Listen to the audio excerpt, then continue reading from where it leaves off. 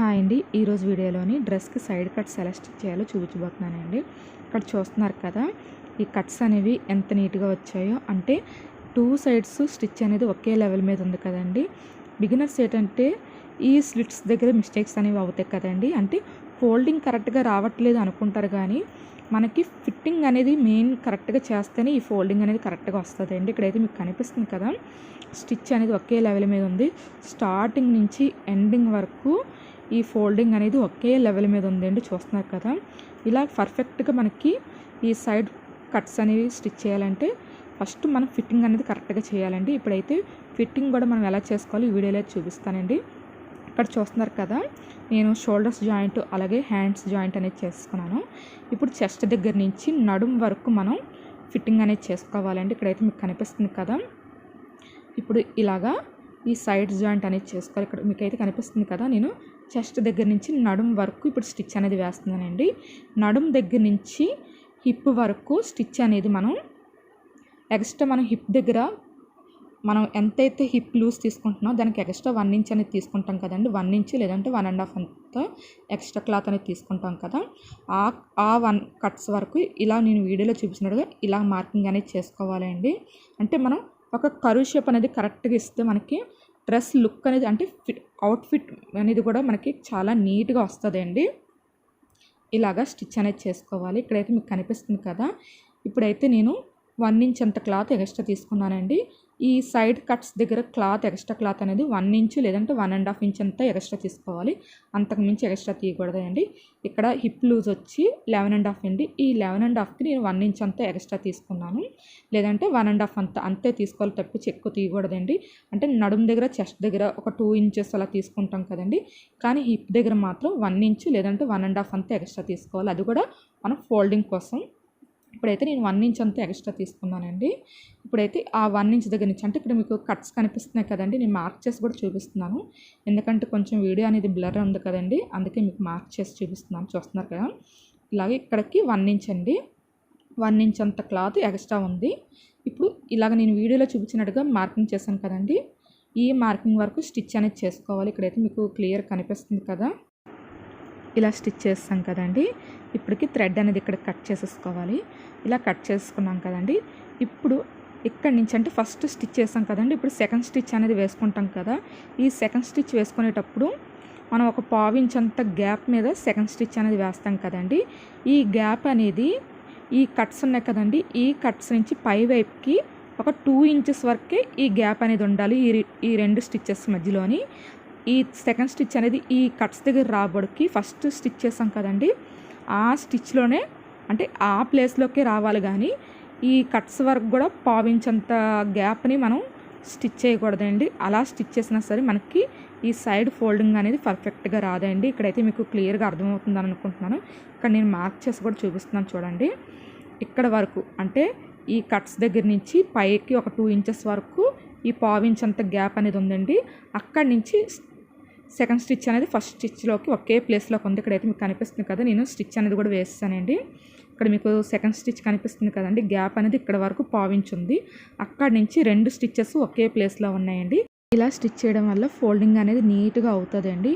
మీరు ఏమైనా 1/4 ఇంచ్ అంత గ్యాప్ మీద స్టిచ్చింగ్ అనేది చేస్తే మాత్రం ఇక్కడ ఫోల్డింగ్ అనేది పర్ఫెక్ట్గా రాదండి. ఇక్కడైతే మీకు క్లియర్గా అర్థమవుతుందని అనుకుంటున్నాను. ఇప్పుడైతే ఇలా స్టిచ్ చేసుకున్నాం కదా, ఇప్పుడు మనం ఫోల్డింగ్ అనేది చేసుకోవాలండి. ఇక్కడైతే మీకు కనిపిస్తుంది కదా, ఇదిగోండి ఇక్కడ నుంచి ఫోల్డింగ్ అనేది చేస్తున్నాను. ఈ ఫోల్డింగ్ కూడా కరెక్ట్గా మనం 1 ఇంచ్ ఎక్స్ట్రా తీసుకున్నాం కదండి, ఆ 1 ఇంచ్ అంత క్లాత్ కరెక్ట్గా ఫోల్డింగ్ అయ్యేలాగా మనం చూసుకోవాలి. ఇక్కడైతే మీకు అర్థం అవ్వడానికి మార్కింగ్ అనేది చేస్తున్నానండి. ఈ 1 ఇంచ్ ఉంది కదండి, ఈ మార్కింగ్ దగ్గరికి ఇలాగ ఒక ఫోల్డింగు, నెక్స్ట్ మళ్ళీ ఇక్కడి నుంచి ఇంకొక ఫోల్డింగ్ అనేది చేయాలి. అప్పుడు మనకి కరెక్ట్గా ఒకే లెవెల్ మీద ఉంటాయండి. ఏంటంటే బిగినర్స్ ఏమనుకుంటారు, 1 ఇంచ్ అంతా తీసుకున్నాం కదా, ఈ 1 ఇంచ్ వరకే ఫోల్డింగ్స్ అనేవి చేసేస్తారు. ఇలా ఫోల్డింగ్ చేసిన ఈ ఫోల్డింగ్ అనేది చూస్తారా, ఒక 1/4 ఇంచ్ అంత విడత్ మీద మనకి ఫోల్డింగ్ అనేది అయ్యింది.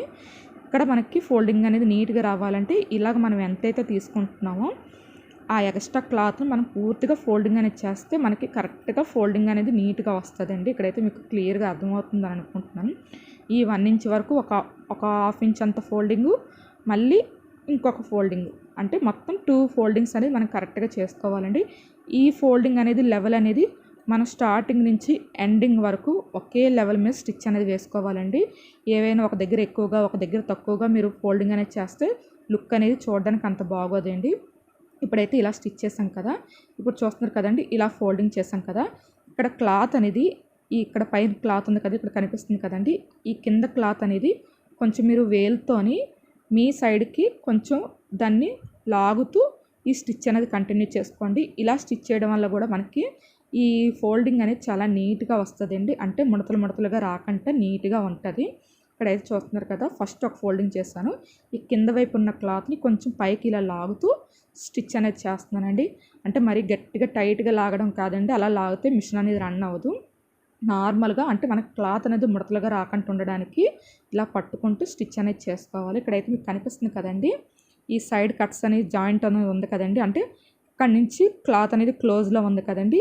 ఈ కట్స్ అనేవి ఈ రెండింటిని ఇలా ఓపెన్ చేసుకొని వీడియోలో చూపించినట్టుగా మీ వేలుతో ఇలాగ రఫ్ చేయండి. రఫ్ చేయగలనే ఆ మిడిల్లో స్టిచ్ అనేది అంటే ఒక దగ్గర ఉండేలాగా, అంటే అటు ఇటు అవ్వకుండా ఒక దగ్గర ఉండేలాగా మనం రఫ్ చేస్తే ఆ స్టిచ్ అనేది ఒకే లెవెల్ మీద ఉంటుందండి. ఇప్పుడైతే ఈ స్టిచ్ అనేది చూస్తున్నారు కదా, ఇక్కడ వరకు నేను స్టాప్ చేశానండి. ఇప్పుడు ఇక్కడి నుంచి మనం పై వైపుకి ఒక 1/2 ఇంచు లేదంటే 1 ఇంచ్ అంతవరకే మనం స్టిచ్ అనేది రావాలండి. అంతకు మించి పైకి రాకూడదు. ఎందుకంటే ఈ పై వైపున 1/4 ఇంచ్ అంత గ్యాప్ అనేది ఉంది కదండి, ఈ పై వైపు కూడా మీరు స్టిచ్ అనేది చేస్తే ఈ గ్యాప్ వల్ల మనకి ఈ ఫోల్డింగ్ అనేది నీట్గా రాదండి. ఇలా స్టిచ్ చేయడం వల్ల కూడా మనకి స్లిట్స్ అనేవి పర్ఫెక్ట్గా ఉండవండి. ఇక్కడైతే మీకు క్లియర్గా అర్థమవుతుందని అనుకుంటున్నాను. ఇప్పుడు ఇక్కడ కట్స్ దగ్గర నుంచి మనం పైకి ఒక 1/2 ఇంచు లేదంటే 1 ఇంచ్ అంతవరకే స్టిచ్ అనేది వేసుకోవాలండి. ఇక్కడైతే నేను మార్క్ చేసి కూడా చూపిస్తానండి.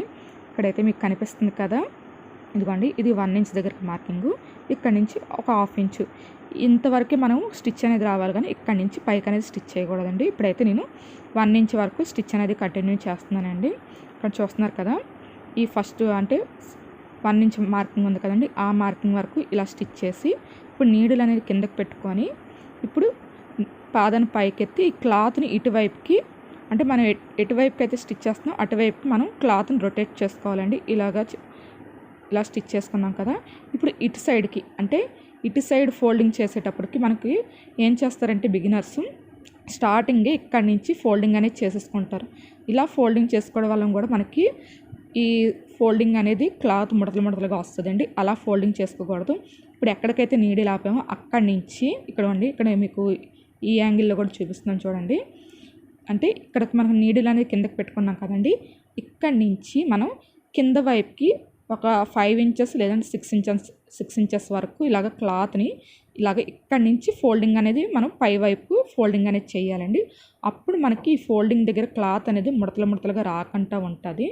కింద సైడ్ క్లాత్ అనేది సరి చేసుకుంటూ మనం ఈ ఫోల్డింగ్ అనేది కరెక్ట్గా చేయాలని చూస్తున్నారు కదా. ఇక్కడికి అంటే కింద వైపు నుంచి నేను ఇలా క్లాత్ని పట్టుకొని ఈ పై వైపు క్లాత్ని కూడా ఇలా పట్టుకొని ఫోల్డింగ్ అనేది చేస్తున్నానండి. ఇక్కడైతే మీకు వీడియోలో అయితే క్లియర్ కనిపిస్తుంది కదండి. ఇలాగ ఫోల్డింగ్ అనేది చేసుకొని ఈ కింద వైపు క్లాత్ని కూడా పై వైపుకి ఇలా మనం స్టిచ్ అనేది చేయాలండి. ఇలాగ స్టిచ్ చేస్తే మనకి పర్ఫెక్ట్గా ఈ స్లిట్స్ అనేవి ఉంటాయండి. ఇక్కడైతే మీకు వీడియోలో అయితే క్లియర్ కనిపిస్తుంది అనుకుంటున్నాను. ఇప్పుడు ఇక్కడికి మన స్టిచ్ అనేది ఆపి ఇక్కడ నీడిల్ అనేది కిందకి పెట్టుకొని పాదాన్ని పైకెత్తి మళ్ళీ ఇటువైపుకి ఈ ఫోల్డింగ్ అనేది కంటిన్యూ చేసుకోవాలండి. ఇక్కడైతే మీకు వీడియోలో అయితే క్లియర్గా అర్థమవుతుంది అనుకుంటున్నాను. ఇప్పుడు మనం ఫోల్డింగ్ అనేది కరెక్ట్గా చేసుకోవాలి. ఇక్కడైతే మీకు కనిపిస్తుంది కదండి. ఇప్పుడు ఇటు సైడ్కి అంటే ఇందాక పై వైపుకి ఇలా ఫోల్డింగ్ అనేది వచ్చింది కదా, ఇప్పుడు కింద సైడ్కి మనకు ఫోల్డింగ్ అనేది వెళ్తుంది కదా. ఇప్పుడు ఇందాక చెప్పినట్టుగా క్లాత్ని లాగుతూ, అంటే ఇప్పుడు మనకు కింద వైపు ఉంది కాబట్టి మన సైడ్కి క్లాత్ని కొంచెం లాగుతూ, అంటే కింద వైపు క్లాత్ని లాగుతూ స్టిచ్ అనేది కంటిన్యూ చేసుకోవాలండి. ఇలా స్టిచ్ చేసుకోవడం వల్ల క్లాత్ అనేది ముడతలు రాకుండా ఉంటుంది. ఇప్పుడైతే ఈ డ్రెస్కి అంచు అనేది కనిపిస్తుంది కదండి మీకు, ఈ అంచు దగ్గర మాత్రం మనం కరెక్ట్గా ఫోల్డింగ్ అనేది చేసుకోవాలి. అంటే ఇందాకలు మనం కింద నుంచి పైకి స్టిచ్ చేసేటప్పుడు క్లాత్ అనేది ఎక్కువ తక్కువ అవ్వదండి, కానీ ఇప్పుడు మనం పై నుంచి కింద వైపుకి ఫోల్డింగ్ అనేది అవుతుంది కాబట్టి క్లాత్ అనేది ఎక్కువ తక్కువ వస్తుంది. అలా రాకుండా ఉండడానికి ఈ అంచు కిందకి అంటే ఎడ్జ్ దగ్గర నుంచి మనం ఫోల్డింగ్ చేసుకొని అక్కడి నుంచి పై వరకు మనం ఫోల్డింగ్ అనేది ఒక లెవెల్ మీద పెట్టుకుంటే మనకు కరెక్ట్గా క్లాత్ అనేది స్టార్టింగ్ నుంచి ఎండింగ్ వరకు ఒకే లెవెల్ మీద ఉంటుందండి. ఎక్కువ తక్కువ రాకుండా నీట్గా వస్తుంది ఫోల్డింగ్ అనేది. క్లాత్ అనేది బయటకు రాకుండా మనకి ఇలాగా నీట్గా వస్తుందండి. ఇక్కడైతే మీకు కనిపిస్తుంది కదా, ఈ స్లిట్స్ అనేవి ఎంత పర్ఫెక్ట్గా వచ్చాయో ఈ వీడియోలో అయితే మీకు క్లియర్గా అర్థమవుతుంది అనుకుంటున్నాను. ఇప్పుడు ఇటు సైడ్కి అంటే ఈ ఎడ్జ్కి కూడా ఒక స్టిచ్ అనేది వేసుకోవాలండి. అప్పుడే మనకి ఈ ఫోల్డింగ్ అనేది నీట్గా ఉంటుంది. ఇప్పుడు చూస్తున్నారు కదండి, ఈ సైడ్ స్లిట్స్ అనేవి ఎంత నీట్గా వచ్చాయో.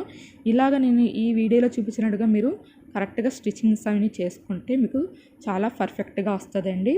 బిగినర్స్ ఏంటంటే ఈ ఫోల్డింగ్లో మిస్టేక్ అవుతుంది అనుకుంటారు, కానీ మెయిన్ మిస్టేక్ వచ్చి మనం ఈ సైడ్ జాయింట్ చేసేటప్పుడు ఇక్కడ ఈ 1 ఇంచ్ దగ్గర స్టిచ్ అనేది మనకి ఎలా స్టిచ్ చేయాలో తెలియక ఈ మిస్టేక్ అనేది అవుతుందండి. ఇక్కడైతే ఈ వీడియోలో అయితే మీకు క్లియర్గా అర్థమైందని అనుకుంటున్నాను. ఇక్కడ చూస్తున్నారు కదా, ఒకే లెవెల్ మీద ఫోల్డింగ్ అనేది ఉందండి. ఇక్కడైతే మీకు వీడియోలో అయితే క్లియర్గా అర్థమైందని అనుకుంటున్నాను. ఫస్ట్ మనకి ఈ స్లిట్స్ అనేవి పర్ఫెక్ట్గా రావాలంటే మనం ఫిట్టింగ్ అనేది కరెక్ట్గా చేసుకోవాలండి. ఇటు సైడ్ కూడా చూపిస్తున్నాను, చూస్తున్నారు కదా, ఈ కట్స్ అనేవి ఎంత నీట్గా వచ్చాయో. ఇలాగా పర్ఫెక్ట్గా స్టిచ్చింగ్ అనేది చేసుకోవాలండి. ఈ వీడియోలో అయితే మీకు సైడ్ ఫిట్టింగ్ ఎలా కరెక్ట్గా చేసుకోవాలో క్లియర్గా అర్థమైంది అనుకుంటున్నాను. అలాగే సైడ్ ఫిట్టింగ్ అనేది కరెక్ట్గా వస్తే మనకి ఈ సైడ్ కట్స్ దగ్గర ఈ ఫోల్డింగ్ అనేది కూడా అంతే నీట్గా వస్తుంది అండి. మెయిన్ మనం ఈ సైడ్ ఫిట్టింగ్ అనేది నీట్గా చేసుకోవాలండి. అప్పుడు మనకి ఫోల్డింగ్ అనేది కూడా నీట్గా వస్తుంది. ఈ వీడియోలో అయితే మీకు క్లియర్గా అర్థమైందని అనుకుంటున్నాను ఈ సైడ్ కట్స్ ఎలా స్టిచ్ చేయాలనేది. ఈ వీడియో కనుక మీకు నచ్చినట్టుగా అయితే లైక్ చేయండి, షేర్ చేయండి, అలాగే సబ్స్క్రైబ్ కూడా చేసుకోండి. పక్కనే ఉన్న బెల్ ఐకాన్ని క్లిక్ చేయండి.